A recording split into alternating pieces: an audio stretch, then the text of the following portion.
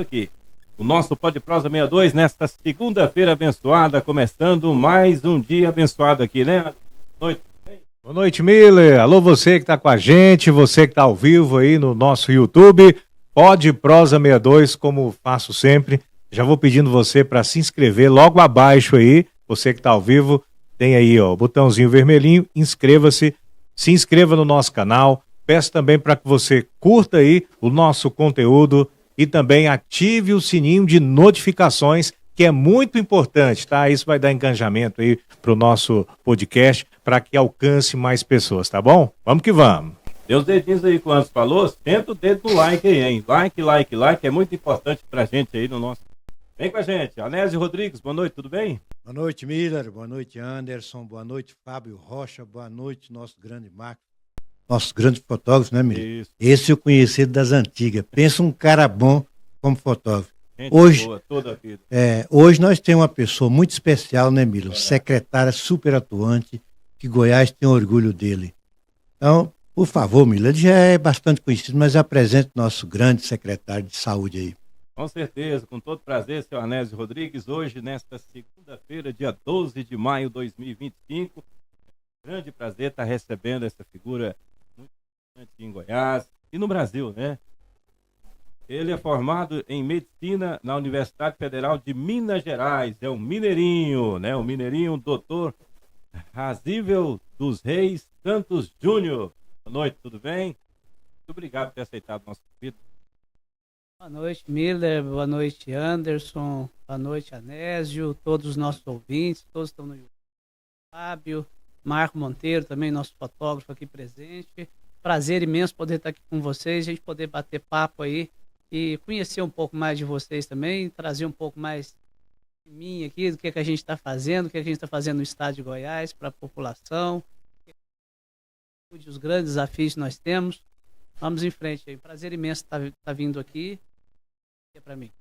Prazer é nosso, né, Anésio? Que bacana, né? Esse, ele aceitou o nosso convite, a gente ficou muito orgulhoso, né, Miller? Agradece ele de coração mesmo, porque é uma pessoa bastante competente. A saúde de Goiás ganhou muito com essa vinda dele para cá, né? Eu quero parabenizar e agradecer a sua vinda aqui novamente, secretário, porque a gente está cheio de alegria, todos nós estamos felizes com a sua presença. Eu que agradeço. Vamos lá, senhora. E tem experiência, hein, Miller? O doutor tem experiência, foi coordenador médico também do Hospital Sírio-Libanês, né? Secretário de Saúde de Betim, subsecretário de Estado de Saúde de Minas Gerais, coordenador médico do SAMU também de Minas Gerais e médico da sala de emergência do Hospital das Clínicas UFMG, Miller. Tá vendo aí? Nós estamos com moral hoje, viu? Rapaz. Que bacana. Doutor, a gente inicia o nosso podcast, nosso Pode Prosa aqui, na realidade vamos prosear aqui. E, claro que os telespectadores lá, os ouvintes, né, tem muita gente que está assistindo também, o nosso Pode Prosa 62, vamos prosear, começando pela história do senhor, né? Como é que chegou até a médico, né, essa grande pessoa que é o doutor? Olha, Miller, tem coisa que não tem explicação, só Deus mesmo, né? Verdade. Nasci no interior de Minas Gerais, em São Roque de Minas. Na verdade, nasci num distrito chamado São José do Barreiro. É um distrito de São Roque de Minas. Nascia naquela época, nascia ali e registra... Mas não, na verdade eu nasci lá mesmo, nasci de parteira ainda. Nasci na beirada da Lavra, que é um córrego que tem lá na região, e fui registrado em São José do Barreiro, que era registrado ainda São José do Barreiro, distrito São Roque de Minas. É um distrito que não é emancipado até hoje, no pé da Serra da Canastra. Fiquei lá até meus 6 anos de idade, tinha ainda na época o Chapadão da Serra da Canastra, onde o papai levava o gado para o retiro, que a gente chamava na época. Então eu com tenra idade aí, meses, já ia. Eu nasci em novembro, então eu devia ter uns 8 meses, 9 meses aí. A gente subia no mês de agosto, mês de setembro, a gente subia com o gado para o Chapadão, que era a época das queimadas, né? Onde queimava metade da fazenda, levava o gado para lá para comer aquele broto da queimada e tirava leite lá em cima mesmo, E o único contato com a civilização que a gente tinha era de 15 em 15 dias, e o queijeiro lá, naquelas Toyotas ainda, para buscar o queijo. A Rural, tinha Rural na época, né? Tinha Rural, tinha Toyota, Jeep, né? O Jeep Willys, né? O primeiro carro que o vovô teve na região lá. Então, assim, nasci na roça, me criei na roça, mesmo quando com 6 anos de idade. O papai se mudou para Piumhi, eu sou o filho mais velho, eu tinha já uma irmã, e depois eu vim a ter mais 2 irmãos. Ele se mudou para Piumhi, e em Piumhi eu também morava na fazenda, de modo que para ir para a escola eu ia a pé 4 quilômetros para ir, 4 quilômetros para voltar, estrada de chão, tinha que atravessar o asfalto, mamãe morria de preocupação, mas foi essa a vida. Até o primeiro ano do 2º grau, indo a pé para a escola, aí o colégio se juntou com um vereador, olha só, eu acho que eu talvez seja o único, se juntaram e me deram uma bicicleta para eu ir para a escola. O colégio tomou a iniciativa, juntamente com o vereador da cidade, de me dar uma bicicleta. Eu lembro que tinha muita poeira, eu fui carregando a bicicleta, né? Para não sujar a bicicleta, que eu queria mostrar para o papai e para a mamãe que eu tinha ganhado aquela bicicleta. Né? Muita alegria ali. Olha só, é raiz, hein, André? Pois é, rapaz. Ele nasceu nas barrancas do Belo Horizonte, ali por perto, foi? São Roque de Minas dá 320 quilômetros, mais ou menos, de Belo Horizonte. E São Roque de Minas é muito interessante, Anésio, porque a Serra da Canastra é um divisor de águas. O pessoal fala que se andar a cavalo na Serra da Canastra e cair um copo d'água, metade corre para o São Francisco, que vai desaguar lá entre Alagoas e Sergipe, e metade corre para o Rio Grande, que vai banhar Buenos Aires lá, né? Então, assim, ali é um divisor de águas.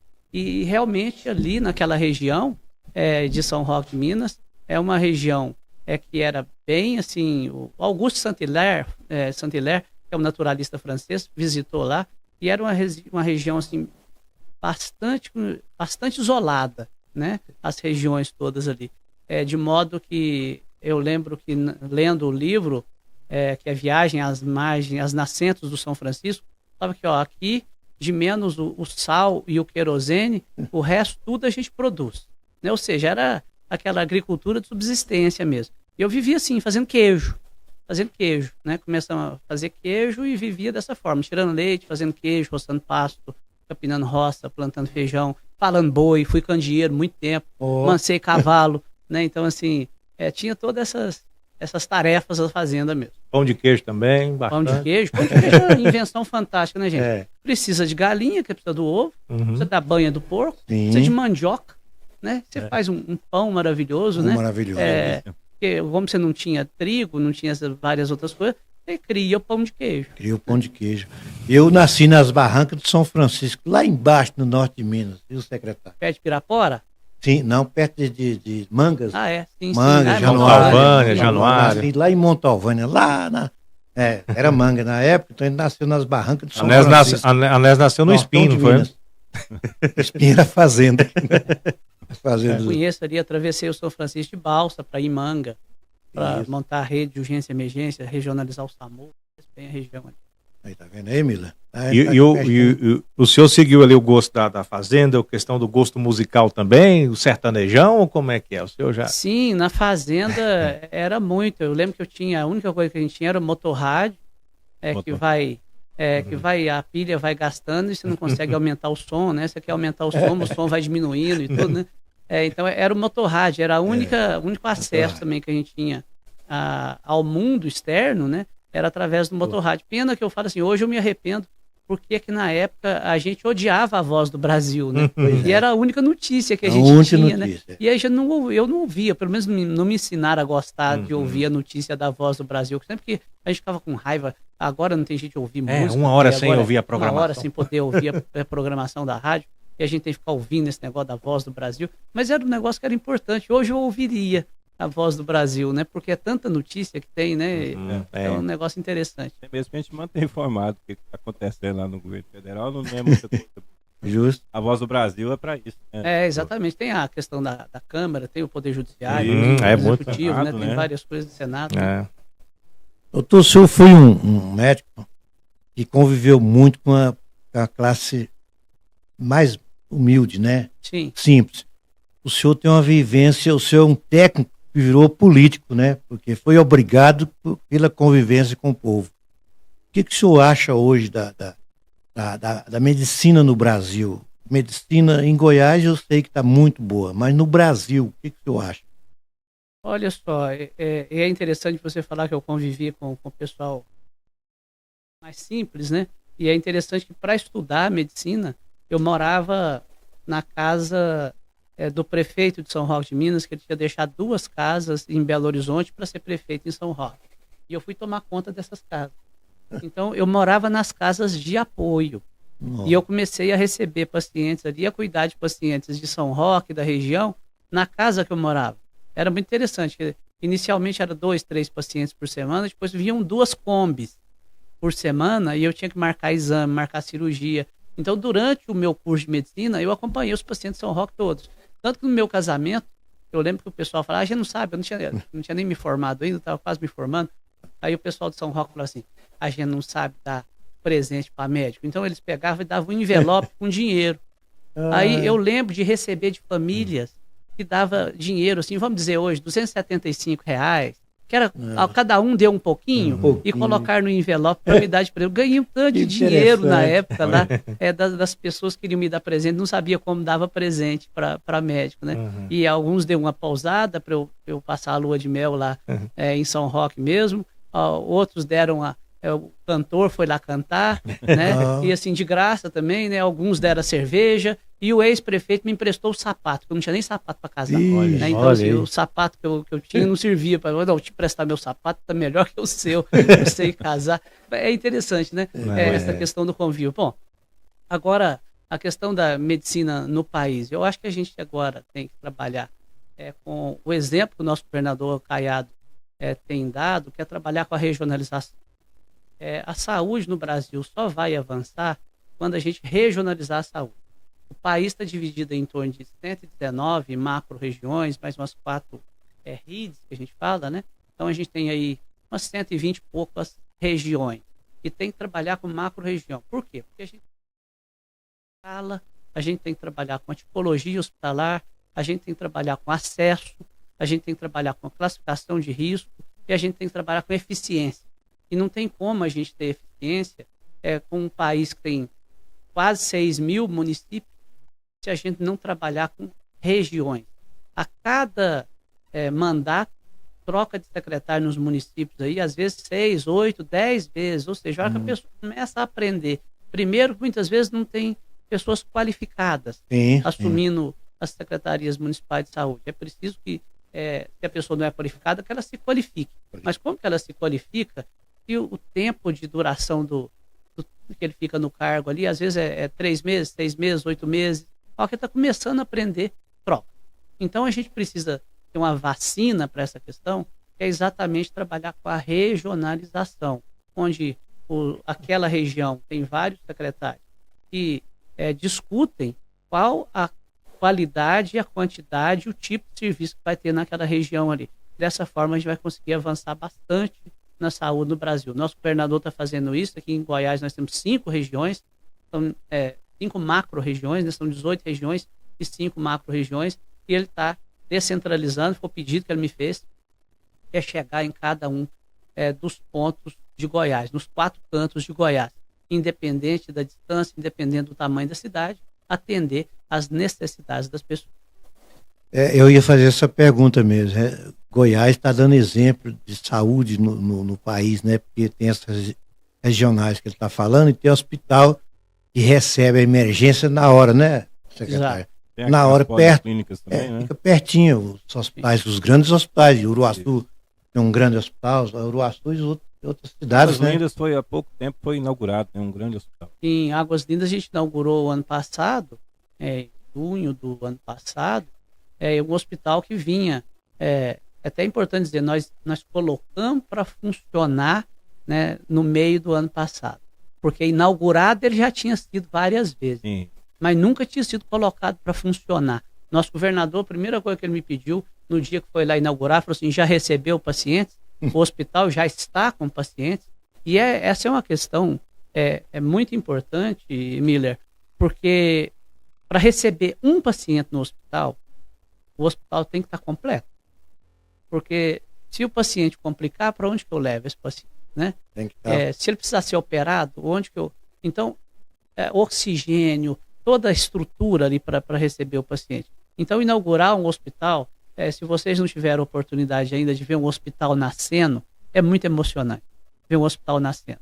E lá a gente viu esse hospital nascer e agora já estão nascendo muitas crianças ali, muitas gestantes que estão lá fazendo os partos, porque é um local para gestação de alto risco. E a gente inaugurou e o governador foi lá e inaugurou funcionando.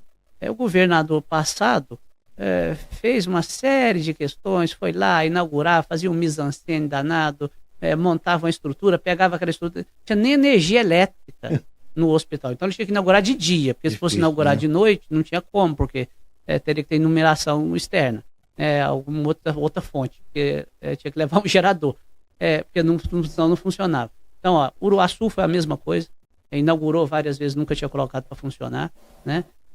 Agora, outros hospitais também que já existiam, mas que ampliou muito, por exemplo, o GOL tinha 100 e poucos leitos, hoje o GOL tem 515 leitos. Tá, olha a potência que virou o GOL. O próprio CRE, né, foi ampliado. Agora, Itumbiara tem hospital regional, São Luís de Montes Belos, né, Jaraguá, hospital com terapia intensiva. O que dá resolutividade para o hospital é terapia intensiva. O hospital sem terapia intensiva não resolve quase nada. Porque a gente não consegue internar um paciente mais grave, não consegue fazer uma cirurgia mais complexa. Então a gente precisa de hospitais com terapia intensiva. E o governador fez isso, de 274 leitos, hoje a gente tem quase 800 leitos de terapia intensiva. Antes as pessoas tinham que vir todas para Goiânia quando precisava de terapia intensiva. Só tinha terapia intensiva em Goiânia, Aparecida de Goiânia e Anápolis. Não tinha terapia intensiva fora daqui. Então veja só, o paciente que infarta lá em um local distante, ele morria no caminho. Lá em Poronguatu, por exemplo, pertinho de Uruaçu, né? Exato.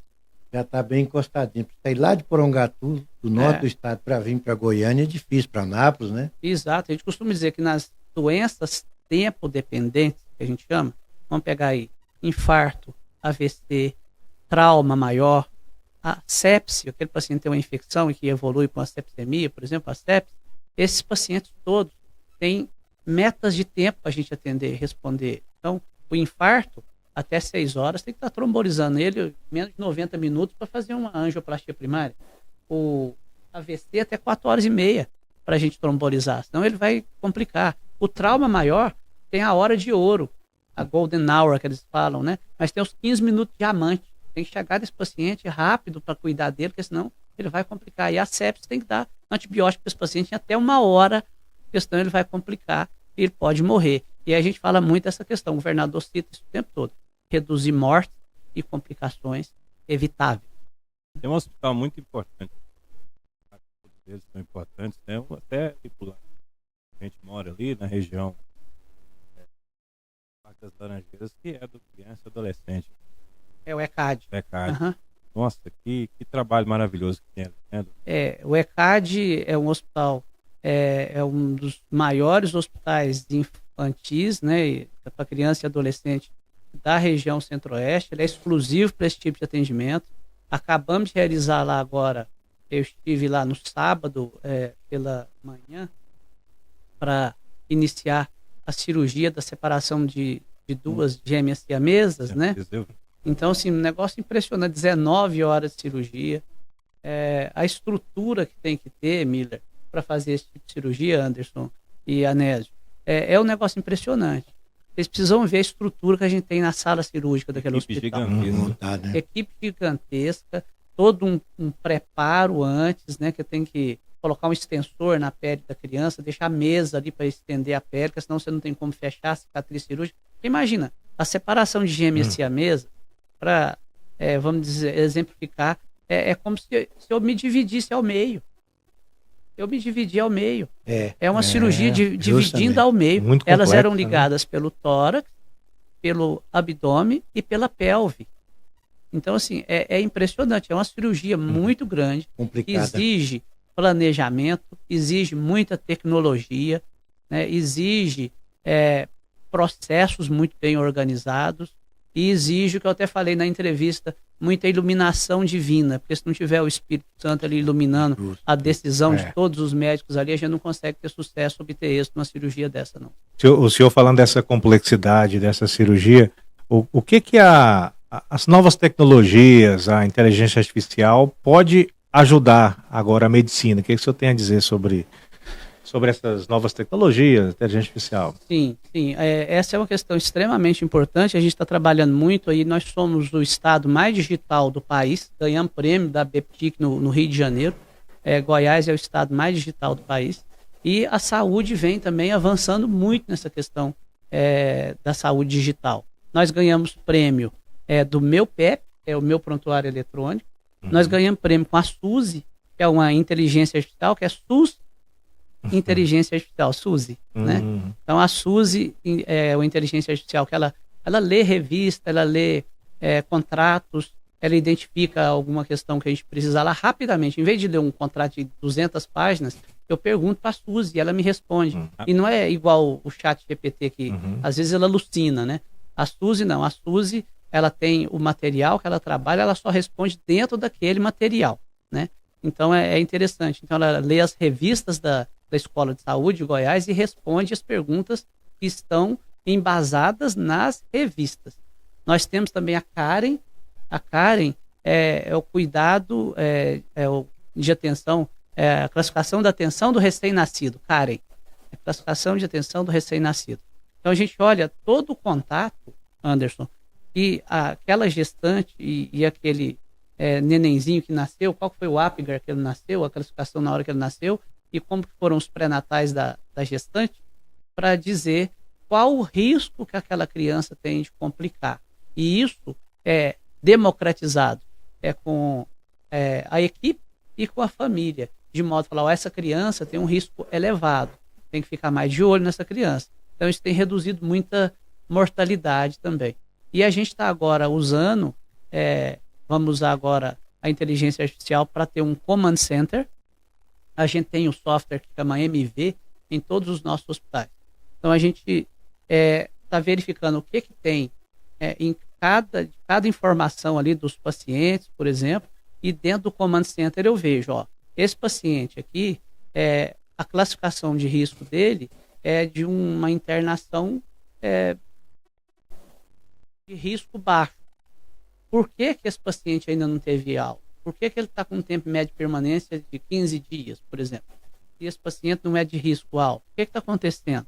Então a gente pode já ligar no hospital e falar, eu vi que aí tem um paciente que é de risco baixo, mas esse paciente está com a internação prolongada. O que está acontecendo? E interage na hora, interfere na hora. Eu não fico esperando igual um BI, né, que eu falo que é o Business Intelligence, por exemplo, né? O BI ele é olhar no retrovisor.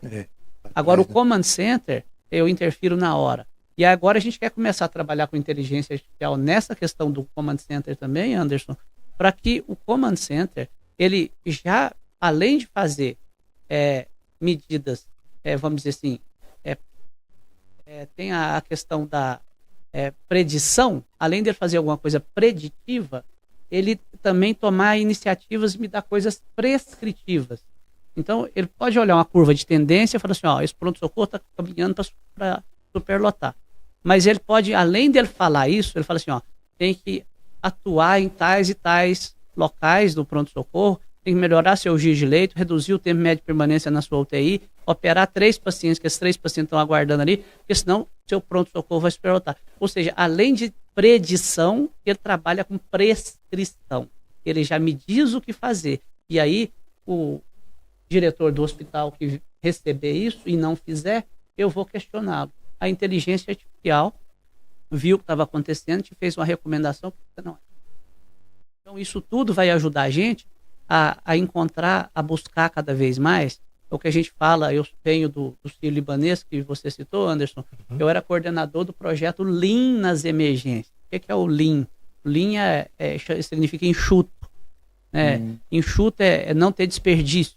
Né? E nas emergências, porque a gente trabalha nas emergências. Então, é a busca da eficiência, é fazer mais com o mesmo. É fazer mais com o que a gente tem. Até a gente ter mais um pouquinho para fazer melhor ainda. Né? Então, essa questão do Lean é isso, é a busca da eficiência, é a gente aplicar bem o recurso, é a gente não ter desperdício, porque tem estudo, Anderson, que mostra que 30% do que se coloca nos hospitais, é estudo do Banco Mundial, é perdido por desperdícios. Então, isso tem várias questões para fazer. Organizar o sistema, trabalhar em rede, trabalhar com inteligência artificial, aproveitar toda a estrutura que a gente tem, o conhecimento que a gente já tem e aplicá-lo também na saúde. Porque às vezes a gente encontra muita resistência no ambiente da saúde para implantar determinadas ferramentas.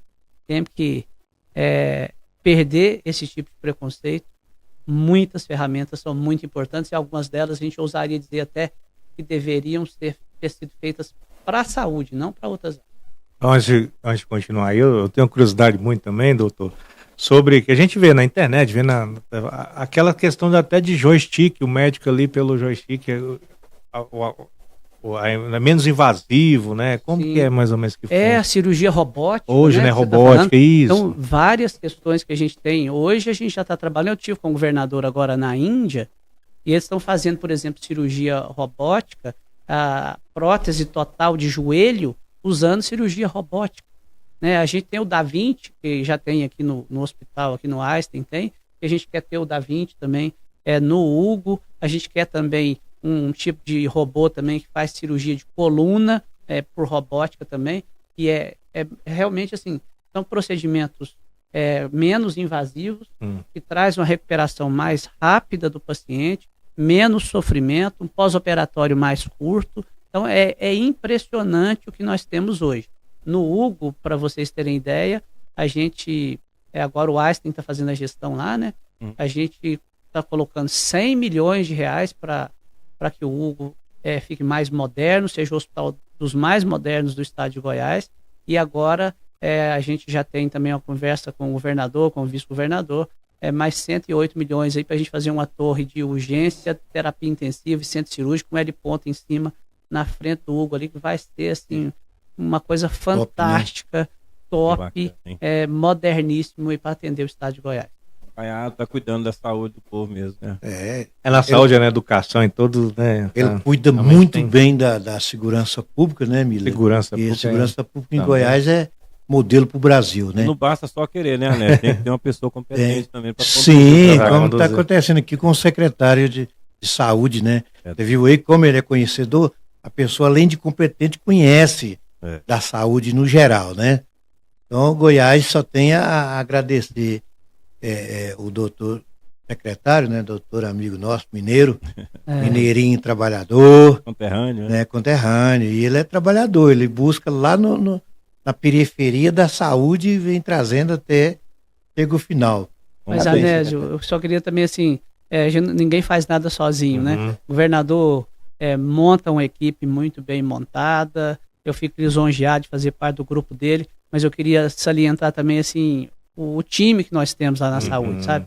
Um time trabalhador, eu estou sucedendo lá o Sérgio Vence, que ficou comigo como adjunto, tem lá o Luciano, tem a Ana Carolina, tem o Thales, tem a Flúvia, né? Eu tenho lá meu chefe de gabinete, o Adriano, tá lá também a Bruna, tem uma equipe ali de advogados que ficam comigo ali também para a gente correr atrás, o povo da licitação, o pessoal da licitação trabalha imensamente, a gente tem 1/3 das licitações do estado são feitas na saúde. É um volume de trabalho imenso que a gente tem ali, né? E a quantidade de coisas que a gente tem que responder, né? Do controle externo, da Assembleia, dos pedidos, né? Atender a população, uma série de questões que a gente tem que fazer, que a gente faz com muito carinho, com muito cuidado, mas é muito trabalho, sabe? E a gente tendo, assim, sabendo da responsabilidade que a gente precisa ter de cuidar da saúde de 7.200.000 pessoas, um orçamento de quase 6 bilhões, né? A gente precisa realmente, assim, contar com uma equipe muito bem postada, uma equipe que realmente nos apoia, nos ajuda e que é muito trabalhadora também e que os resultados vêm por causa desse trabalho em equipe. Maravilha. Secretário, o último entrevistado nosso aqui foi o secretário de Infraestrutura. A gente falou da saúde, da segurança e da infraestrutura das rodovias. Como ele cuida bem das rodovias, né? É preparado também, né, Milo? O caboclo espetacular, chamo de caboclo porque ele é um jovem, assim, bastante dinâmico, trabalhador, né, secretário? O senhor deve ter um grande relacionamento com ele, né? Muito bom. O nosso grande Pedro Salles, né? Sim. Então, o Pedro Salles esteve aqui, falou bacana e mostrou as obras que estavam acontecendo no estado de Goiás. E hoje nós temos o privilégio de trazer o secretário de saúde, que é outro que trabalha com mineirinho, caladinho, mas trabalha muito, né? O Pedro Salles é fantástico. O Pedro Salles ajudou a gente a conduzir, por exemplo, a obra lá de Águas Lindas. Muito se deve ao trabalho do Pedro Salles, a tomada de decisão do nosso governador Ronaldo Caiado, mas também a questão de a gente ter pessoas para executar, né? Que tem coragem, que tem conhecimento, que vai lá e faz acontecer. Porque aquela obra lá de Águas Lindas, não fosse o Pedro Salles pegar o boi pelo chifre mesmo ali, não saía não, né? Porque foi uma obra difícil, porque interrompeu várias vezes, né? Aí tem depredação, você replanejar uma obra que tinha sido há 20 anos atrás, como é que planejar? Aquela obra ali ia ser 1/3 do hospital que a gente entregou, porque tinha sido planejado lá uma coisa pequenininha, raquítica. Agora, um grande hospital, 19 mil metros quadrados, né? 164 leitos, 40 leitos de terapia intensiva. Agora com o Cora também, quem desenrolou o processo ali também, o Pedro Salles, né? Um grande parceiro, uma excelente pessoa. E nas rodovias, por incrível que pareça, né, Anésio? Como que a gente vai fazer regionalização da saúde sem ligação asfáltica? Como que as pessoas vão ser transportadas se não tiver boas rodovias, não tiver segurança, né? Como que a gente vai ampliar o número de acidentados se a gente não tiver segurança nas rodovias, né? Se a gente não tiver segurança pública, a quantidade de pessoas por violência que vão estar chegando nos nossos hospitais, vê nos nossos hospitais e compara com outros estados, né? Violência, vamos dizer assim, a gente tem 2 tipos de causas externas que a gente fala, as causas externas intencionais e as não intencionais. O que é a causa externa não intencional? É o acidente de trânsito. E aí vem a qualidade da rodovia, também tem a questão do abuso de velocidade, tudo bem, mas normalmente rodovias boas, a gente tem uma trafegabilidade melhor, né? E a questão das causas externas intencionais seria tiro, facada, violência, né? Justo. É muito... Gente, a gente não tem uma incidência grande em Goiás por causa da segurança pública. Então isso tudo ajuda a saúde. Sim. Né? E outra, ajuda a saúde também, tendo um ambiente seguro para os médicos mudarem para cá. Alguém queira vir de São Paulo, que queira vir... As pessoas estão mudando para cá, porque aqui é muito mais seguro. Morar no interior de Goiás, né? Eu mesmo vim. Né? Eu estava morando em BH e trabalhando em São Paulo, vim para cá, nunca tive tanto sossego na minha vida. A única preocupação que eu tenho do meu filho andar de noite com o celular na mão é ele se distrair no celular e atravessar a rua sem ver, porque ninguém leva o celular de ninguém embora. Eu deixo meu carro na rua. Nossa. Em Belo Horizonte, em São Paulo, é impensável pensar nessa questão. É impensável a gente agir dessa forma. É aquilo que o senhor falou agora há pouco. A equipe do senhor lá na saúde, o Caiado tem uma equipe também que trabalha alinhada. Sim. Saúde, educação, segurança, que está falando agora, hein? Enfim, uma equipe alinhadinha mesmo, né? Sim. Engrenado, ó. Engrenado. O secretário, ele está de parabéns, viu, Mila? Porque nós tivemos essa semana com o prefeito de Hidrolândia, Zé Délio, que é o presidente da AGM, Associação Goiana dos Municípios. Goiana dos Municípios, né? E ele te elogiou, eu falei, ia trazer, nós falamos, né, Mila, que ia trazer ele aqui, que ele tinha feito o convite. Estava aguardando o sim, né? E ele falou, não, dá um abraço nele lá, parabeniza ele pelo trabalho que ele vem fazendo e que Goiás ganhou muito com ele. Eu estava com ele agora no Aquecendo Vidas, junto com a dona Gracinha Caiado e junto com o presidente da FGM também, que é o Paulo Vitor. Paulo Vitor, lá de Jaraguá. Isso, de Jaraguá. Estava com eles todos ali agora. E gente, assim, da melhor qualidade. É por isso que eu falo assim, com parceiros desse jeito, é que a gente caminha. O Paulo Vitor, por exemplo, ele vai ser o presidente, ele ele é o presidente da FGM e é presidente do primeiro consórcio intermunicipal de saúde que a gente montou da macro-região Centro-Norte. Ele é o presidente também. Eu falei com ele para ele vir com a gente, então a gente montou o consórcio. Que bom, ele foi eleito ali pelos prefeitos que montou o consórcio intermunicipal de saúde. Agora a gente vai estar expandindo para chegar para adesão dos outros 55, a macro-região ali tem 60 municípios, né? São 1.100.000 habitantes, uma área grande que a gente está regionalizando o SAMU. Vai ser uma revolução na assistência à urgência e emergência do estado de Goiás, a questão da rede de urgência e emergência, porque os SAMUs municipais, Miller, não é um problema do município fazer uma boa ou uma má gestão, é um problema de modelo. O modelo está errado. Então, você tem um município que cuida de outros municípios sem uma contrapartida financeira dos outros. Então, isso fica muito nas costas do município que é o polo. Então, a gente agora fez um desenho macro-regional, que cada município entra com um valor per capita e coloca esse recurso no consórcio intermunicipal de saúde, a gente recebe recurso do governo federal e o Estado coloca a parte variável para ter um SAMU regionalizado, atendendo 100% dos municípios. Olha aí. E bom, né, Mila? Inclusive, ele falando das duas associações, né? A GM, a FGM, unidos, né? Estavam os dois juntos no último dia que nós encontramos com o Zé Délio lá na associação dos municípios, na GM. O prefeito Paulo Vitor, presidente da FGM, né? A FGM, né? Isso. Associação Federação Goiana dos Municípios, né? Ele estava aí muito simpático também, né? Os dois jovens, né? Sim. Uns garotão assim, conversando com a gente, naquele entusiasmo. A gente viu que está unido agora as duas entidades para fazer um trabalho excelente. Tanto é que Goiás está unido, que está acontecendo até isso, as duas entidades juntos.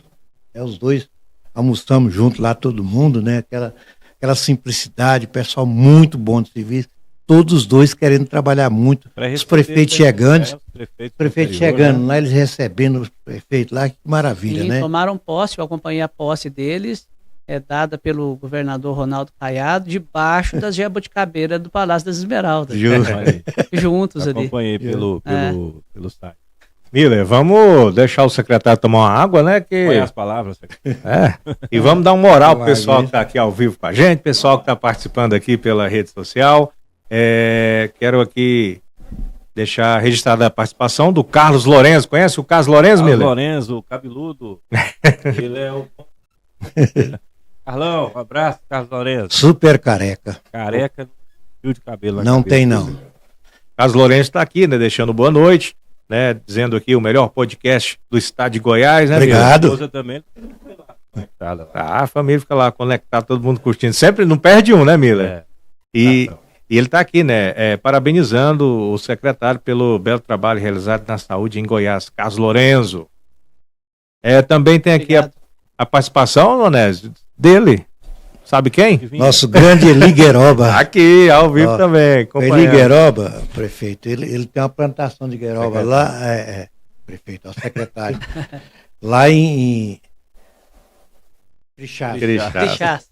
Aí então ele tem essa plantação. Todos os convidados que vêm aqui, ele oferece a gueiroba. Tem gente que não gosta das coisas amargosas, né? O Verdade já repugou. Repugou, não quis a gueiroba, mas quis o piqui. É bom, muito bom. Poxa. Aí, tá vendo ali? Franguinho, gueiroba, piqui. Frango caipira, o senhor gosta? Demais, da conta. É o preferido do senhor, o prato preferido? Ou é prato cheio ou... É o prato cheio, o preferido. Prato cheio é o preferido do senhor? Com gueroba, com frango, com milho. Mas assim, qual que é o prato preferido do senhor, então? Falando já dessa... Eu gosto muito. Eu inclusive cozinho, gosto de fazer um frango, né? Frango caipira. Frango caipira. Lá em casa, na fazenda, quando eu vou, ninguém ousa pôr a mão no frango. Olha eu aí. que faço, né? No fogão de lenha, mesmo, né? No fogão de lenha mesmo. Que bom, né? E com todo esse trabalho do senhor, essa correria do dia, tem tempo para resenhar com a família? Tem uma parte muito engraçada, porque a gente tem uma fazendinha lá na Serra da Canastra até hoje, a herança da minha esposa. E quando eu vou para lá, eu chamo todo mundo pra gente fazer um almoço e tal, né? Bom. Aí eu chego, pego minha foice e vou roçar, beirando os muros, tem muito muro de pedra, tudo ali, né, e tal. Aí eu vou roçar e o pessoal fala assim, Razível, o que adianta a gente vir pra cá? Você pega a foice e vai roçar? Trabalhar. Falei, mas tem mais foice. Só se juntar, né? Foi pra valer, né? Tá pessoa, né? Falta. Foice é que não falta, tem mais. Né? Vamos comigo, né? Vamos ficar juntos, né? A Josi Oliveira também participando aqui, deixando boa noite. Boa noite, secretário. Quero parabenizar pelo excelente trabalho como gestor da Secretaria de Saúde do Estado de Goiás, Josi Oliveira. Obrigado, Josi. Também registrando aqui a participação do Eduardo, lá da Chácara do Governador, parabenizando também aí o episódio de hoje, o podcast, parabenizando o trabalho do senhor também. Ele que mora lá, bem ao lado da Chácara do Governador, ali praticamente de frente, né, o Cora lá, né? Obrigado. Parabenizando pelaquela obra também grandiosa lá. Maravilhosa. Também a participação aqui da Gislene, deixando boa noite. Boa noite, Gislene. Obrigado pela sua audiência aí, por estar com a gente, acompanhando. Também a participação da Patrícia, que mora lá no Novo Horizonte também. Muito obrigado aí, Patrícia. Ao Fernando, o Fernando que é morador lá do Jardim Curitiba, também curtindo aqui. Obrigado, Fernando. Muito bom. E vamos Obrigado. Participando aí, pode deixar aí o seu recado, que eu acho. Pode deixar pergunta também, ao vivo aí com a gente. Ao vivo. Mas depois dessa... Aqui é uma dinâmica de rádio, né? Então a gente não para. Justo. Depois dessa aula que o secretário deu aí, todo mundo ficou, né, ouvindo ele e prestando atenção naquilo que ele... A aula muito boa, né? Muita gente vai aprender muita coisa, viu, Mila? Você já sai daqui já bem, né? O senhor é professor também, né? Eu era mentor, né? Eu tinha uma mentoria lá na UFMG, né? Que o professor João Batista Magro, que é meu padrinho de casamento, padrinho do meu filho, ele é psicanalista, uma pessoa fantástica, aquelas pessoas que Deus te presenteia na vida, né? Que bom. Aí ele me chamou para ser mentor das faculdades, dos alunos da faculdade de medicina. Aí eu fiquei lá alguns anos com ele. Depois também, aí não pude, porque eu estava no estado, estava dando plantão no Hospital das Clínicas. No domingo eu dava plantão 24 horas no aeromédico, fazendo transporte de paciente grave. Então, aí acabou que eu não consegui continuar mais lá na faculdade, mas foi uma experiência fantástica ali na faculdade. Eu também era o responsável lá na história da medicina também, o professor João Amilcar Salgado. O João Amilcar Salgado, lá a gente é especialista para tudo, né? E como eu venho da roça e fiz medicina, e eu era o único aluno da faculdade de medicina lá que já tinha tomado banho de bacia, né? O pessoal não sabe nem o que é isso mais, né? Tomar banho de bacia, né? Aí eu era leitor de Guimarães Rosa, eu era o responsável lá na história da medicina, que ele falava assim: Razível, você vai ser especialista aqui na sociologia do carro de bois e na filosofia bovina. Né? Então, eu tinha que explicar para ele vários pontos, mas eu lembro que um deles que eles me colocaram para explicar foi o conto Conversa de Bois. Né? Conversa de Bois é um conto do livro do João Guimarães Rosa, de Sagarana, né? Que é muito interessante e que eu tinha que explicar para eles todas aquelas peças dos carros de bois, a conversa dos bois, como que era. Então é bem interessante na faculdade. E o que desperta... Vamos dar uma moralzinha aqui. Vamos, né, Miller? Nossos amigos lá. Colaboradores. Aqui. Toma mais uma água aí. Doutor Razível. Obrigado, É o seguinte, à vontade. Você que está conectado aí, ó, você que vai conectar aí no nosso Pod Prosa 62, entra agora aí, ó, na Doce Amarelo e você vai acompanhar essa grande empresa que cresce muito no Brasil, são mais de 200 lojas pelo Brasil. E se você de repente quiser conhecê-la, tem uma loja muito bacana, top, ali no Parque Ateneu, para quem conhece a região, quase em frente ali o Colégio São Damiano, é um mini shopping, é uma loja linda. Showroom, né, Mira? Showroom, é uma loja showroom, para você conhecer ali, Doce Amarelo, make, bijus e acessórios, é um presente mais lindo que o outro, tá? E tem também uma loja ali no Santa Luzia, em Aparecida de Goiânia, ali na W5.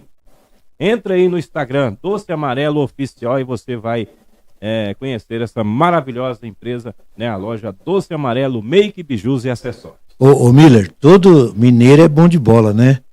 Você já perguntou ao secretário, quando ele chegou aqui no estúdio, ele falou para mim que jogava de centroavante. Que era goleador. Isso. Da roça.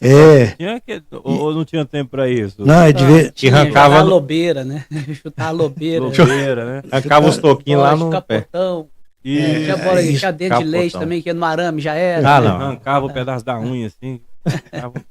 Não, e o bazar do professor Alcides hoje, né, muito moderno, né? Falando em esporte, né? Falando em esporte, fala aí do bazar do professor Bazar Alcides. Professor Alcides, artigos esportivos, né, vestuário, você que gosta aí, como o secretário Coné já falou, o secretário aqui artilheiro, né? Você gosta de jogar bola, lá você vai encontrar todos os artigos esportivos, chuteira, meião, bolas, vestuário também, tem sapatos, roupas, é a loja completa também, Bazar do Professor Alcides, que é um nome de confiança em Goiás.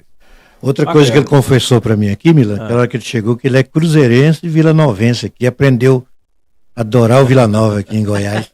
Aí você foi o doutor numa... Cruzeirense eu venho de Minas com Cruzeiro. E aqui a gente torce o futebol, pros times para ter um bom futebol aí. Sim. Então você é cruzeirense. Sim. Olha aí. Nosso time. Então. Esse aqui é cruzeirense, sou cruzeirense, nós ganhamos. Aqui o Fábio também é cruzeirense. Então e o Fotógrafo também falou pra mim que é cruzeirense. Então mas eu não ganhou torcendo muito não, porque eu sofro demais. Aí eu fiquei deprimido. Aí eu parei, falando, isso tá me dando depressão. Dá trabalho demais, né? Dá trabalho demais. Doutor, já passa. Vamos falar um pouco agora. Sim. Também sobre a mortalidade, né, que melhorou, né, infantil e a materna, né? Sim. Olha, o Cora, a gente teve lá hoje, eu estive lá com a dona Gracinha, a gente recebeu lá o Alok, né? DJ Alok.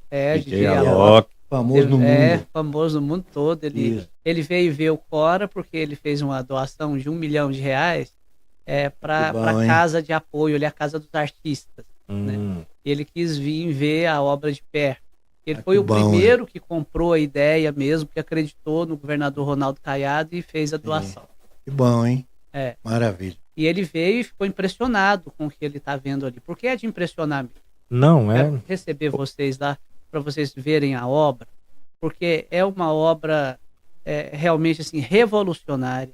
É o que há de mais moderno em arquitetura hospitalar. É a mesma planta do St. Jude's lá dos Estados Unidos, que implantaram no Hospital de Amor, em Barretos, e essa planta foi doada pelo Henrique Prata para a gente implantar aqui, e já com modernizações, ou seja, o nosso hospital já está ficando mais moderno que o original. Então, olha que coisa fantástica. A gente tem ali uma ressonância nuclear magnética dentro do centro cirúrgico. Isso é um negócio fantástico. Para quem está nos ouvindo entender, quando a gente vai fazer, por exemplo, uma cirurgia num adulto, uma neurocirurgia, tem um tipo de cirurgia que a gente chama de awake. O que é a cirurgia awake? É a cirurgia que eu vou tirar um tumor cerebral, mas que eu preciso fazer, parece incrível, né? E é incrível, fazer a cirurgia neurológica do paciente acordado. Olha só. Acordado. Eu preciso tirar alguma lesão, saber se aquela lesão vai trazer alguma sequela. Então, eu vou mexendo ali e falo, mexe com o braço, ou mexe com a mão. Aí ele mexe. Se ele não mexe, não posso tirar mais aqui nesse local, senão vai dar uma sequela motora, né? A criança não tem muito como fazer isso. Às vezes a criança é pequenininha, que ela não vai obedecer comando, né? Isso. Ela não vai tolerar ficar acordada fazendo a cirurgia, ficar quietinha, né? Então, essa ressonância nuclear magnética, ela se presta para isso, para mesmo fazendo vamos dizer assim, a cirurgia, eu preciso, durante o processo operatório, fazer uma ressonância para saber se o nível de ressecção está adequado ou não. Se está ficando tumor e se eu posso tirar um pouco mais. Porque, vejam só, se eu vou tirar um tumor no intestino, eu tiro com margem. Eu tiro um pouco mais de intestino ali à direita e à esquerda, o caudal e cranial, por exemplo, eu vou ali, tiro um pouco de margem. Se o tumor está ali de 5 centímetros, eu tiro 3 de cada lado, por exemplo. Eu tiro, vamos dizer assim, 11 centímetros. Né? No cérebro eu não posso fazer isso, porque o tecido que eu estou tirando é cérebro. Eu não posso tirar com margem. Então eu tenho que tirar a lesão. Eu não posso tirar o cérebro saudável. Então eu preciso, mesmo com neuronavegação, fazer a ressonância desse paciente para saber se o nível de ressecção está adequado. Eu faço isso no ambiente intraoperatório, ou seja, durante a cirurgia. Então faz a ressonância e volta com o paciente na sala cirúrgica e finaliza a cirurgia. Eu não tenho que tirar o paciente, aguardar ele recuperar, para depois fazer mais um método de imagem, fazer uma ressonância e depois voltar com o paciente para operar novamente. É tudo ali na hora. Tudo na hora. Nossa, tudo na hora. A gente tem o transplante de medula óssea, que são 8 quartos ali, 8 leitos, junto com 5 leitos de terapia intensiva, que tem o que a gente chama de bolha. O que é a bolha? É o filtro EPA, é um filtro super capaz, que retira todas as bactérias e vírus do ar, e agora eu não tenho que deixar mais o paciente que faz um transplante de medula óssea restrito ao quarto. Ele pode sair do quarto, a mãe pode sair do quarto, o pai pode sair do quarto, pode ir na brinquedoteca. Às vezes fica ali 60 dias internado, né, ou mais. Então ele pode sair. Então essa bolha toda permite que as crianças possam transitar ali, o pai, a mãe também. E a gente interna ali nesse local o pai e a mãe com a criança. Porque muitas vezes podia ficar um só. Por exemplo, em muitos hospitais do Brasil só pode ficar a mãe. Né? E aí o que acontece? Às vezes o pai, a criança tem um vínculo muito maior com o pai. Com o pai do que com a mãe. Né? E aí o pai não pode visitar, porque durante aquele tempo ali, ele tem que ficar isolado. Sim. Então a criança, ela diminui a imunidade dela e ela se recupera com um tempo mais longo. Então é muito interessante essa questão de, além de humanizar o processo de ter o pai e a mãe cuidando da criança, você também mantém a família unida. Essa é outra coisa. O pai fica lá no interior e a mãe vem com o filho. Aí fica lá 6 meses sem a esposa. A hora que volta não vê nem rastro do pai mais. Já arrumou outra mulher, já mudou, já, entendeu? Não, mas mesmo, tem razão. E aí pronto. Aí o que a gente fala? É que o tratamento do câncer, ele vem se modernizando cada vez mais, de modo que a gente só tenta atacar a célula cancerosa.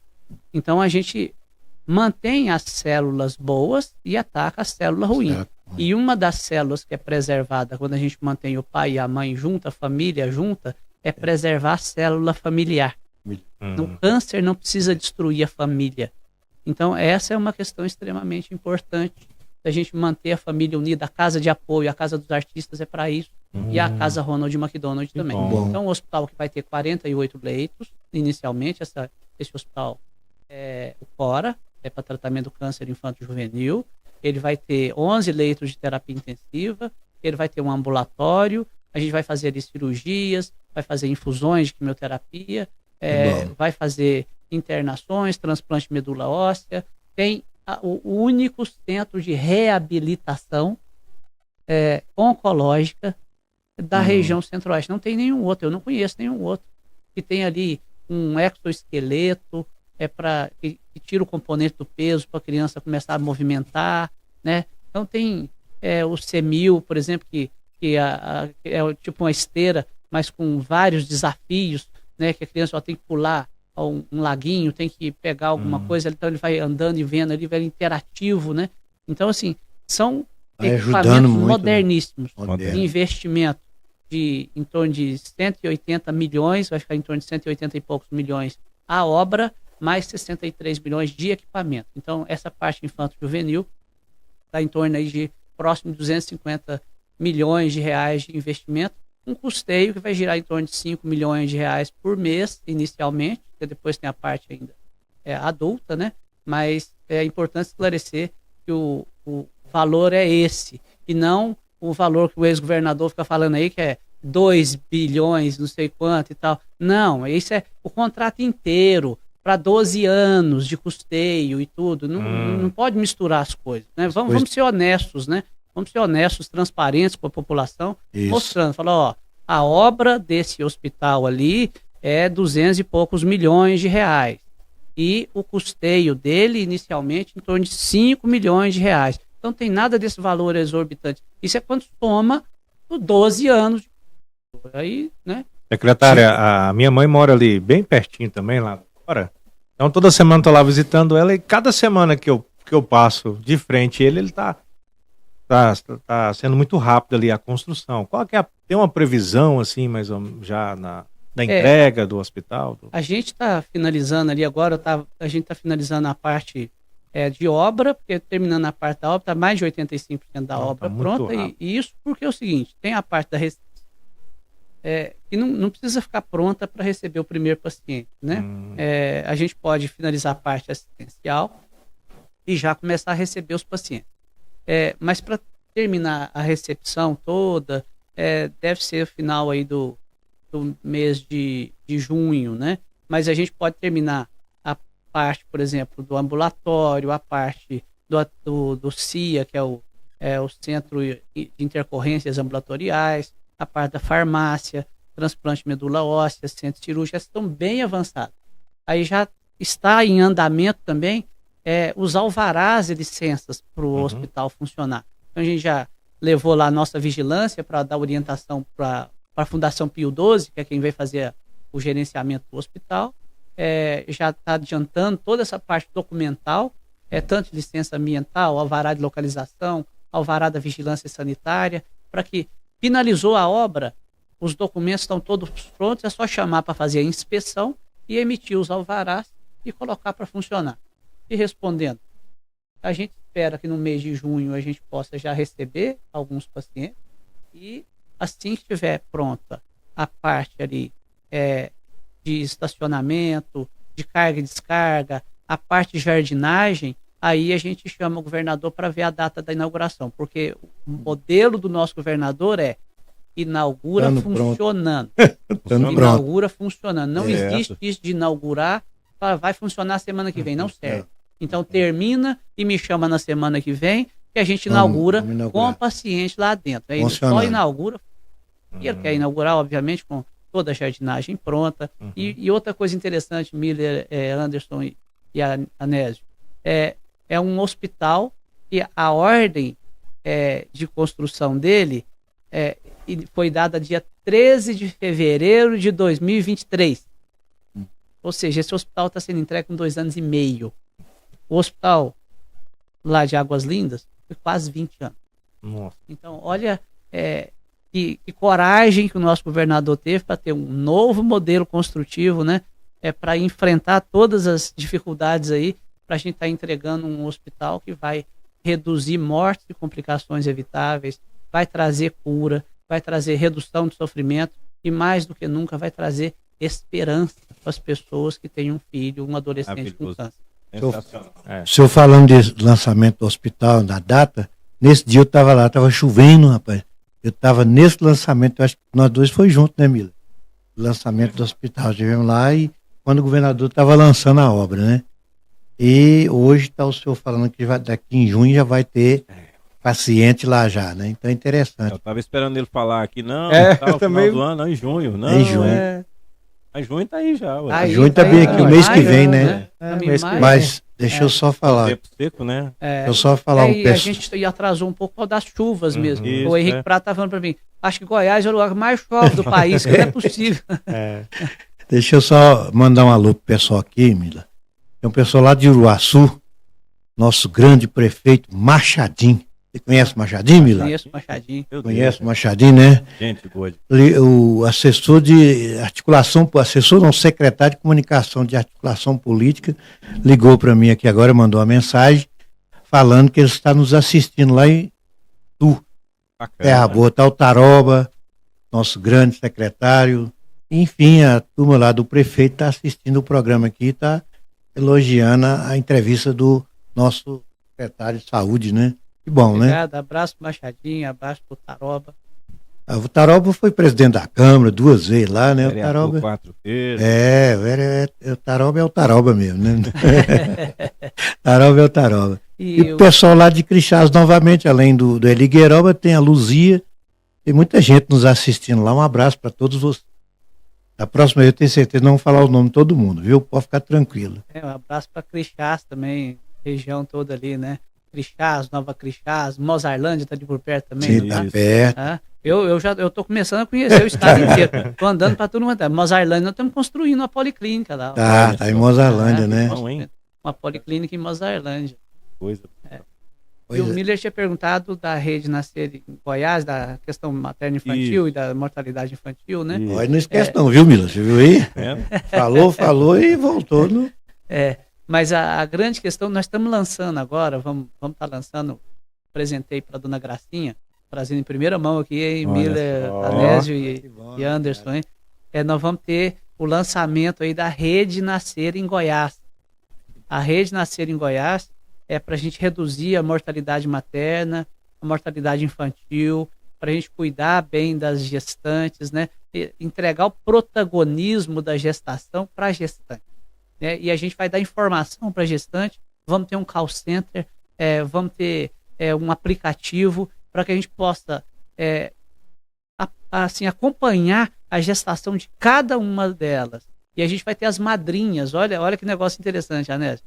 As madrinhas vão ser voluntárias e vão ligar para a gestante e perguntar: você fez o seu terceiro pré-natal? Fez tais exames? Se não tiver feito, ela vai ligar na unidade de saúde e falar: a gestante esteve aí e não foi pedido tais exames para ela. Foi feito o ultrassom dela, né, do primeiro trimestre. Se não foi feito, vai ligar e falar: tem que realizar o ultrassom. Nós vamos acompanhar cada uma das gestantes. Sabe quantos nenéns nascem vivos em Goiás por ano? Em torno de 90 mil. 90 mil nenéns nascem nascimentos vivos. E é uma questão que o governador tem uma preocupação muito grande com a questão da mortalidade materna, mortalidade infantil. No planeta, pra vocês terem ideia, assim, é uma estatística triste, sabe? 700 gestantes morrem por dia no planeta. 700 por dia. Eu venho do Lean, então eu sei esses números mesmo, viu? 1.440 minutos são os minutos que tem em 24 horas no dia. Né? O dia tem 24 horas, cada hora tem 60 minutos, 1.440 minutos. Se a gente dividir 1.440 por 700, morre uma gestante a cada 2 minutos. Nossa. Né? No planeta, né? No mundo, né? Então, olha, e sabe, 95% desses óbitos são evitados. Isso aqui deixa a gente mais indignado ainda. 95%. Se eu tiver aí, qual que é a principal causa de mortalidade dessas mulheres? Sangramento. Sangramento. Então, o que a gente está trabalhando?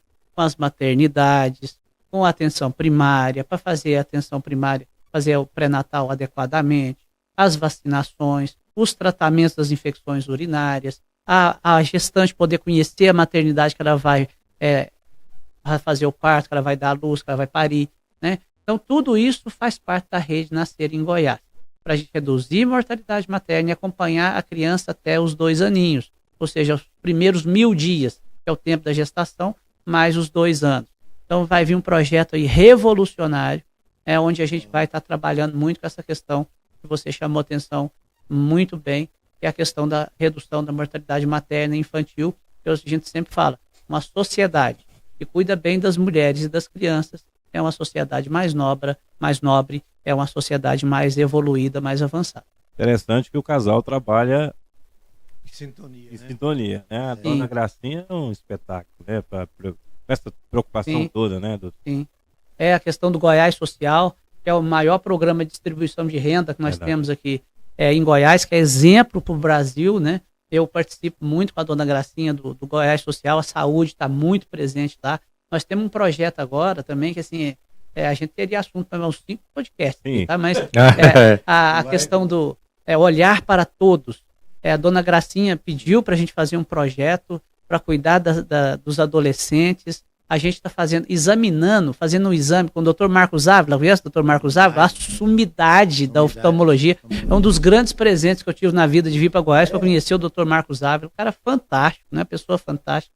E a gente está fazendo um projeto agora, examinando em torno de 500 mil alunos das escolas estaduais, de 1.117 escolas de Goiás. Goiás tem 1.117 escolas estaduais. Estamos olhando todas as escolas. Nós vamos lá, tem um ônibus com 4 consultórios. A gente vai lá, faz a cuidade visual, faz fundo de olho, faz refração. E outra, com a OVG, numa parceria com a OVG, dá o óculos. Dá o óculos para todas essas crianças que precisam de óculos. Em torno de 30% dos meninos que nós estamos examinando precisa de óculos. Hoje tem uma coisa, né, Anésio? Que é isso aqui que a gente não tinha lá na roça, ó. Tela. Todo mundo olhando para a tela e tudo. Então, isso tudo tem trazido também tem um ressecamento da córnea e tudo e tal, uma série de questões. Esse projeto vai ser fantástico. Outro projeto fantástico, projeto Telesaúde e Telemedicina. Vamos ter 300 consultórios de telesaúde e telemedicina espalhados nos 246 municípios do estado de Goiás. Então, assim, são muitos projetos aí com telemedicina, com inteligência artificial, com inclusão digital. É para ser uma revolução mesmo. Goiás vai ser, dentro de pouco tempo, referência que o governador quer. Não é ser referência no Brasil, não é esse negócio de Brasil, eu quero comparar com o Brasil. É OCDE, quer comparar com a OCDE, não é comparar mais com o Brasil. Goiás é para extrapolar todas as... ultrapassar as fronteiras, e agora a gente tem que comparar com a OCDE, porque nós temos que almejar o que tem na organização para o desenvolvimento. Por ele falar ainda.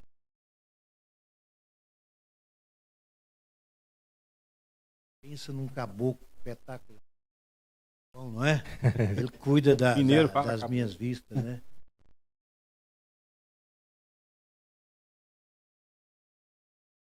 Ex-deputado federal, é uma pessoa muito bacana. Ele é dono de uma clínica lá em Anápolis, oftalmologia. O senhor falando do doutor Marco, eu conheci ele por intermédio do Pedro Canedo. Ah, muito bem. Então, é sinal que ele é conhecedor. Ele é a maior oftalmologista que ele conheceu aqui. Ele falou, é uma benção de Deus mesmo. Ele é muito abençoado, né? Secretário, eu sei que estamos já caminhando para o final aí, mas eu gostaria que o senhor atualizasse sobre as campanhas, as mais recentes aí, as campanhas de vacinação, né? Sim. Então, eu gostaria que o senhor atualizasse a nossa audiência. Importantíssima essa pergunta sua, Anderson, porque a gente precisa trabalhar muito com a questão da prevenção, sabe? A gente precisa vacinar, e é uma questão que a gente sempre fala que os pais que estão aqui hoje, estão aqui porque os pais deles vacinaram eles. Sim. Então tem que parar com essa questão desse movimento que foi criado, que a gente chama isso de hesitação vacinal. Uhum. Olha, nosso governador Ronaldo Caiado, nem na pandemia, principalmente na pandemia, ele impôs a sua autoridade médica. Ele pegou e falou, não vou seguir alguém que não é médico, vai estar falando para não vacinar. Que negócio, que história é essa? Né? Não, sem obscurantismo, sem negação da ciência, sem fake news, né? Sempre defendendo a questão da vacinação, porque é o certo de fazer. E a vacina, olha, quantas doenças imunopreveníveis a gente tem. Agora imagina alguém perder a vida sendo que tinha uma vacina. Uma criança que perde a vida, e já aconteceu várias vezes, da gente ir investigar o óbito de criança e ela não tomou a vacina. Tem a vacina agora para dengue, né? Pelo menos para vacinar crianças até 16 anos, né? 6 a 16 anos, então para vacinar, e muitas delas não tomam a vacina, porque o pai não leva para tomar a vacina, ou porque fica ouvindo essas questões aí, desse movimento anti-vacina. Gente, a vacina é segura, é aprovada pela Anvisa, precisamos vacinar. Agora, a cobertura vacinal agora para influenza. O ano passado a gente teve uma cobertura baixíssima de influenza, as gestantes não indo vacinar. Olha, a gente falando aqui para reduzir mortalidade materna e infantil, e os pais não levam as crianças para vacinar, e as gestantes não vão se vacinar. Como pode? Né? Não leva o idoso para tomar vacina. Idoso agora tem que tomar a Covid 2 vezes por ano. Né? Então é preciso tomar a vacina. E a gente precisa, várias aí, doenças voltando. Né? Então, sarampo voltando, gente. É porque não está vacinando as crianças. Aí a gente vai deixar voltar lá no século passado e ter aquelas doenças todas lá de novo. Voltar a ter paralisia infantil de novo, porque a gente não vacina os filhos da gente. Né? Então, esse é um movimento que a gente precisa ter a responsabilidade de confiar na ciência. Quando o Anésio, lá na roça, lá em Montalvânia, eu perguntava se ia tomar vacina, se era de vírus morto, se era de vírus atenuado, se era de RNA, se era de DNA, que diabo que era. Só tem vacina, taca no meu braço aqui, graças a Deus que tem vacina. Tem até do revolvinho, que ela dava medo, né? Do revolvinho. Mas vacinava. Mas vacinava, né? Todo mundo levava para vacinar. Isso, né? A gente tem que retomar essa questão. Hoje a gente tem mais tecnologia, mais segurança, né? Mais estudos para a questão da vacina. A vacina é segura. Temos que vacinar. Essa pergunta sua extremamente importante agora. Está na época aí da sazonalidade. a gente já tem um volume grande de síndrome respiratória aguda grave. Eu falo que o mesmo leito, Anderson, que a gente usa para internar um paciente que teve uma complicação porque não se vacinou, é o mesmo leito que eu precisaria para atender um paciente que infartou, ou que teve um AVC, ou que teve um trauma. Ou seja, além da pessoa que não se vacina ocupar um leito e ela poder complicar e às vezes até morrer, ela ainda contribui com a morte dos outros. Sim. Porque dificulta o acesso ao leito, dificulta o cuidado ou atrasa o cuidado, e isso traz uma consequência grave para a sociedade. Então isso não é uma coisa menor, isso não é uma brincadeira, isso é uma coisa séria. Então os pais e os responsáveis, quer ter os pais irresponsáveis, né? Os pais e os responsáveis levar as crianças para se vacinar. Os adolescentes já podem tomar a iniciativa de se vacinarem, né? Assumir esse protagonismo aí, ir lá vacinar. E os idosos também, né? Pedir os filhos para levá-los até a unidade de saúde para se vacinar. E ao poder público cabe receber as vacinas, distribuir as vacinas e ter gente lá para vacinar. Criança de 43 Goiânia já tem também vacina lá, da gripe, da dengue. Por enquanto são os grupos prioritários, né? Dengue, infelizmente, não tem volume suficiente, não tem quantidade suficiente, que escolheram um laboratório lá, o Takeda, que é um laboratório lá do Japão, que só consegue fazer vacina para o Uruguai. Como é que vai fazer vacina para o tamanho do país que nós temos, né? Mais de 200 milhões de habitantes. Então, tem uma pequena quantidade de vacinas, ela não vai resolver o problema ainda da dengue. As pessoas têm que cuidar da limpeza, cuidar de manter os locais limpos para não ter acúmulo de água, para o mosquito não, né? Mas tudo que todo mundo já sabe, né? Mas a população que tem direito a receber a vacina precisa se vacinar.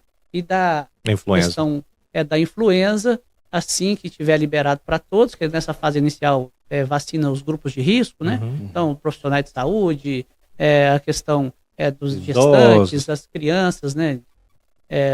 De 6 meses a 6 anos, e aí os idosos, né? Então, todos esses aí são os caminhoneiros e por aí vai, os presidiários. Então, tem uma série de pessoas do grupo de risco que tem que vacinar primeiro e depois abrir para vacinar as outras pessoas. Certo. Doutor, meu grande secretário, muito obrigado. Da minha parte, eu quero desejar para o senhor muita sorte, muito sucesso. Que o senhor dirija uma pasta assim melindrosa e com muito talento, com muita habilidade e com muita competência, né, Miller? Então eu agradeço o senhor, do coração mesmo, a aula que o senhor deu aqui, inclusive para mim tomar as vacinas, né? O idoso, né? Por favor. Falou para mim tomar as 2 vacinas, 2 por ano, né? 2 por ano. E mais a da gripe, mais né? a da gripe. Eu já tomei. Mais o que, doutor, que eu tenho que tomar? Tem que ver da gripe da de vacinação. Não, mas ele da influenza e da Covid tem que tomar. Mas ele não corre de vacina, não. Só da influenza, né? Que ainda não tomou. Eu soube que tem uma vacina, mas agora eu tô ruim para vacinar, não vacinei. Tem que vacinar da gripe, né? Dos idosos, né? Pois é, doutor, eu te agradeço. Antes, porém, eu deixo um abraço aqui. Pediu para mim te dar um abraço, Marco Cabral, que é o grande admirador dele, falou para mim aqui, falou, o Mila não falou aí que eu mandei um abraço para ele, não? Tá aqui, Marco, tô mandando um abraço que você mandou pro doutor. Obrigado, nosso Marco secretário. Cabral, um abração para você, obrigado pela oportunidade, né, que ele me apresentou vocês. Aí, tá vendo? Mas muito obrigado, senhor, que Deus abençoe, sucesso, que é a saúde da gente que é o principal. Com essa inteligência, com esse dinamismo, com essa categoria, com essa pessoa, o ser humano que o senhor é, eu tenho certeza que nossa Secretaria de Saúde vai ser maravilhosa. Deus abençoe. Né? Sucesso. Obrigado. Também agradeço a presença do senhor. Muito obrigado. Como o Anésio disse aí, foi uma aula pra gente aqui. Foi muito bom tê-lo aqui. Então, muito obrigado e sucesso. Tá bom? Desejo aí pro senhor. Isso aí. Vou ver as considerações finais aí do doutor Razível. Mineiro, gente boa demais. Que coisa boa. Que podcast, viu? Uma alegria ter vindo aqui. Muito honrado. Agradeço a oportunidade de poder me dirigir a toda a população de Goiás, dizer para todos os goianos que eu estou com uma alegria muito grande, muito honrado mesmo de poder cuidar da saúde de cada um de vocês. A gente quer trazer cada vez mais melhoria. O governador me cobra muito para que a gente possa fazer cada vez melhores entregas. Ele até brinca numa abertura que a gente fez no Integra Saúde. Eu falo, seu secretário de saúde, vocês põem gente competente para ser secretário de saúde. E se tiver bom, vocês falam que tá bom, não, vocês falam que tá mais ou menos, né? Falando com os prefeitos lá para realmente cobrar muito. O governador cobra muito. Quando eu cheguei aqui, ele falou com a minha esposa, falou: se ele chegar muito tarde, você tenha compreensão, porque trabalhar comigo não é fácil mesmo, não. Né? Então, assim, realmente eu tenho me dedicado, tenho procurado, tenho tentado acompanhar nosso governador. Mas vou a sua esposa é médico? É, enfermeira. Mas não é fácil acompanhar nosso governador, não. Olha, eu tento, viu? Eu sou alguns anos mais novo que ele. E eu não tenho conseguido acompanhá-lo lá. O ritmo dele é impressionante. É das pessoas que eu mais já vi, assim, produtivo, trabalhador, né? Já conhecia o governador da televisão, mas pessoalmente é impressionante a capacidade de trabalho dele, a capacidade de atenção dele. Outro dia ele me chamou no palácio que eu queria apresentar um documento para ele. Ele ficou 2h30 olhando os documentos comigo, página por página, lendo em voz alta e discutindo comigo todo o assunto que tinha. Foi uma lição de gestão para mim. Um governador que pode tirar 2h30 de um sábado dele para ficar com o secretário de saúde dele, outro dia eu passei com ele domingo de noite. Ele mesmo falou assim: qual governador que estaria despachando com o secretário de saúde domingo à noite, Razível, no Palácio lá das Esmeraldas. Assim, então é impressionante, estou tendo um aprendizado muito grande com o nosso governador, vai servir para o resto da minha vida, para qualquer coisa que eu vou fazer depois, porque realmente é uma alegria. E com o carinho, quero agradecer também, viu, Mílio, o carinho de vocês, e dizer que esse é o carinho que eu recebi quando eu vim para Goiás. Eu pensava que mineiro era acolhedor, Anésio, mas o goiano é muito mais. Eu fui tão bem recebido aqui, eu fico impressionado no supermercado, as pessoas não me conhecem, conversa comigo de futebol, conversa de qualquer coisa, na fila do caixa, né? Estão conversando com a gente. Lá em Minas tem uns lugares, lá a gente não é assim. Aqui em São Roque, a gente passava uns perto dos outros e não cumprimentava, não. Vou pensar que estava em cidade grande, né? Agora aqui mesmo, cidade grande, parece que está na cidade pequena, parece que está no interior. Então, agradecer a cada um dos goianos que me acolheram com muito carinho, e eu só tenho cada vez me dedicar mais, trabalhar mais para devolver esse carinho que vocês me deram. Muito bom. Nós que agradecemos, né? Demais da conta aí, que Deus continue iluminando o caminho, né? Amém. Iluminando aí sua gestão, sua vida, né? Sua família. Muito obrigado mesmo de coração mais uma vez aí pela sua presença. Eu que agradeço. Uma honra para mim. Muito bem. Tivemos, né, a grata satisfação aqui de estar conversando, proseando hoje com o doutor Razível. Ele é secretário de saúde do Estadão de Goiás. Muito obrigado pela sua companhia, você que vai assistir. Não se esqueça. Isso. Se inscreva no nosso canal, dá aquele like, ative o sininho e muito obrigado. E tome vacina, viu? E compartilha aí, viu? Compartilha aí essa live. Nós tivemos aí a participação da Doce Amarelo, o Bazar Professor Alcides. E você. Muito obrigado pela companhia. Tchau e até a próxima. Tchau, pessoal. Tchau, gente. Tchau, tchau. Tchau, obrigado.